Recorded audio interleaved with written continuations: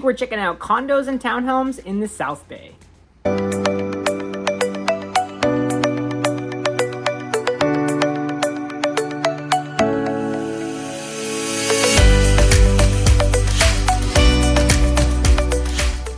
What's up, everybody? Cheyne Inman here, local real estate agent in the South Bay, Southern California. So all of the cities around this area, Lawndale, Gardena, Manhattan Beach, Hermosa Beach, Redondo Beach, Torrance. And so if you're looking for a home or you're looking to move to the South Bay or just Southern California in general, I'd love to help you get started in your search. So be sure to reach out, call or text or email me. I have people reaching out all the time, and it's never too early to start your search. So feel free to reach out whenever you're ready.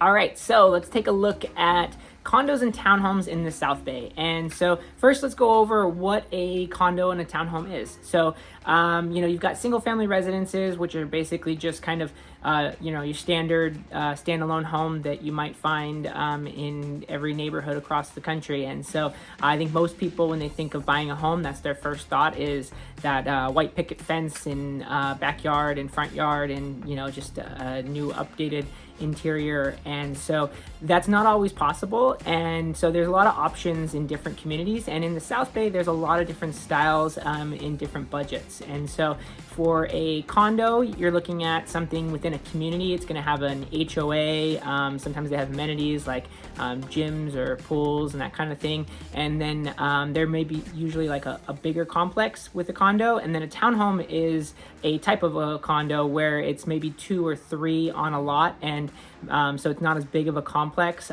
They may not have amenities like a gym or a pool or anything, but you also might have a attached garage. So maybe you can pull in and park in your garage and then walk into your house, as opposed to in a condo, it might be a bigger complex with a garage where everyone parks, and then you got to get over, or a parking space, and then you got to get over to your condo. So today, like I said, we're looking at condos and townhomes in the South Bay and how they differ and what the pros and cons are.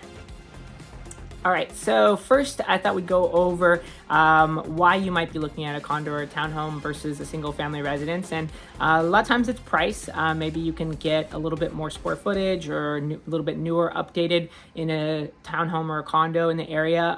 But also just depends on the area. For instance, here in Redondo Beach, it's very common for a townhome to be in your search, just because maybe you want a larger square footage interior and you want it a little bit more updated, and maybe the homes in that price range are just older with a smaller square footage. So just depends on what you're looking for. And if you're looking for renting versus buying, and you don't have a lot of equity in a home or a lot of a down payment to put down in your home, maybe a condo or a townhome is a little bit more affordable, and that's why you're looking at that. So with a condo or a townhome, why would you do that versus rent? And growing up, I think I always thought, why would somebody buy a condo when they can just rent an apartment? It's the same thing. Well, the first thing is you're owning something. And so, long-term wise, you're building up equity in that property that you could build towards a larger home down the road. So maybe it's not your forever home. Maybe it's not as big as you would like, but as property values appreciate, you're building up equity, and you can use that when you sell it to, or maybe you keep it and rent it out, and that's your savings for a down payment down the road. So it's a good long-term play if that's not your immediate goal, is to live in a townhome or a condo. And maybe it is. I mean, maybe you want to live by the beach as close as possible, and a townhome or a condo is what's going to get you best location in your budget.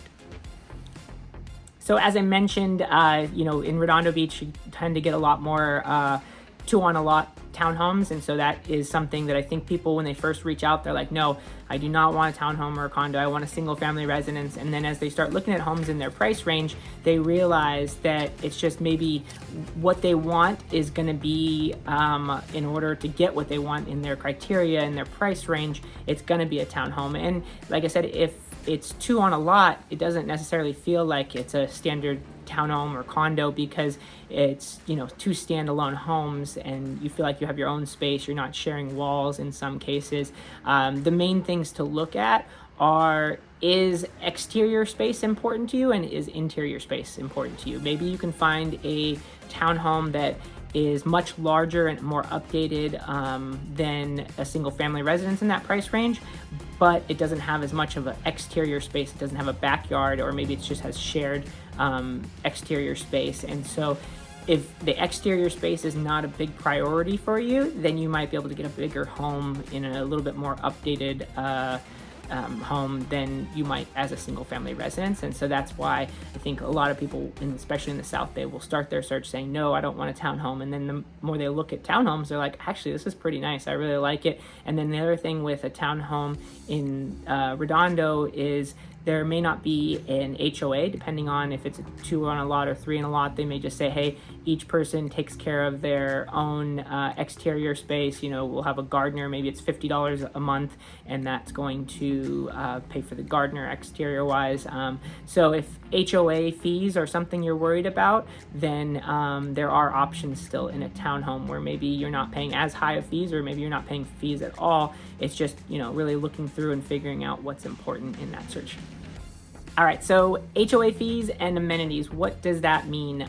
So HOA fees, you're paying a fee monthly to the HOA, and you just want to know up front what those fees are going to. So does it have a pool? Does it have a gym? Does it have tennis courts? Those are all things that definitely are part of some HOAs, but it's not always the case. For instance, here in the South Bay, there are plenty of condos where you're right by the beach and there's no pool, there's no gym, there's no nothing, but the HOA is $800 a month. So you want to account for those fees when you're looking at your budget and what you can afford in a home, but you also want to know how important are those amenities versus location and what those fees are going to. You also want to look at where are they saving any of that HOA fee to put into a reserve account, so that if something goes wrong down the road, like a pipe burst, or they have to update something to the whole complex, are you going to be charged out of pocket for that, or is it something that they already have saved in the reserves? And that's not something you're going to find out until after you've opened escrow and been accepted on a property, but something to think about is how are they managing their money as well. All right, so now let's look at what actually exists here in the South Bay. So for instance, we've got a few different styles of townhomes and condos in the South Bay. As I mentioned, some are standalone townhomes where they actually kind of feel like a single family residence. Some are big apartment complexes. And so I thought we'd just look at a few currently on the market to see kind of what that price range looks like and what you get and what's out there.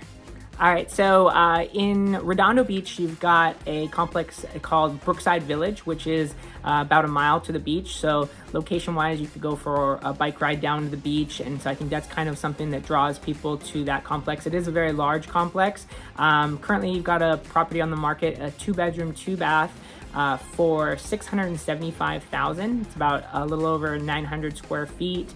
The HOA fees are $505 a month. So if you're pre-qualified for up to $700,000, and then you want to just let your lender know that you're looking at condos as well, and so they can factor in the HOA fees, and they're going to be different for every complex and for every. A lot of times it's different for a number of bedrooms that you have in that particular unit. So you want to factor those HOA fees into your criteria and your budget, but also just think about, okay, is the HOA fee a deal breaker, or is it an added bonus? I mean, you're getting a pool and tennis courts and a gym at the Brookside Village, and so if that's something you're looking for, maybe that's a good plus for you. But it also, as I mentioned, is as close to the beach as you're going to get for that price range. So it's definitely something to think about if you're looking for a specific location and being close to the beach, and you're trying to still be affordable for the area.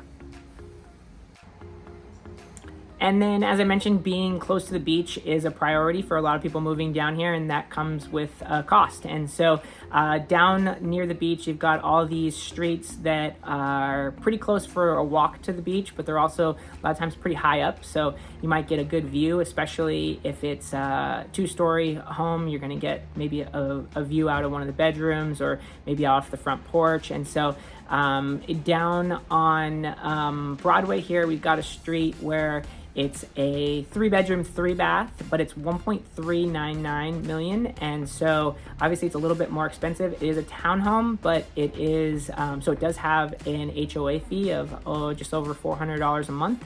And so that one, you're really thinking about location. It's 1,600 square feet for 3 bedrooms, so not huge, but you're a walk to the beach, and you are maybe getting, a good spot for views to the ocean. And so if that is something that's important in your search, then you have to account for the price range, and maybe if you're wanting a little bit newer, you might be going the townhome route for the price, as opposed to maybe an older single family residence that needs some updating in that same neighborhood.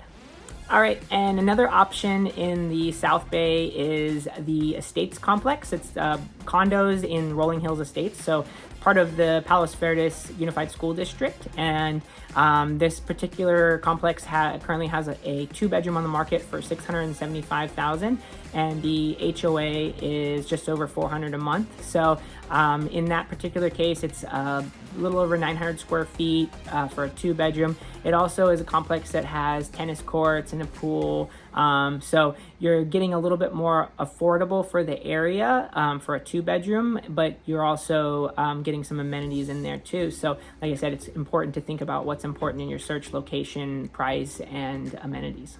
Another option that I see clients going towards quite often when they start their search looking at single family residences in wanting to be in Redondo Beach, they might start searching more in North Redondo, which North Redondo tends to have quite a bit of 2 or 3 on a lot townhomes.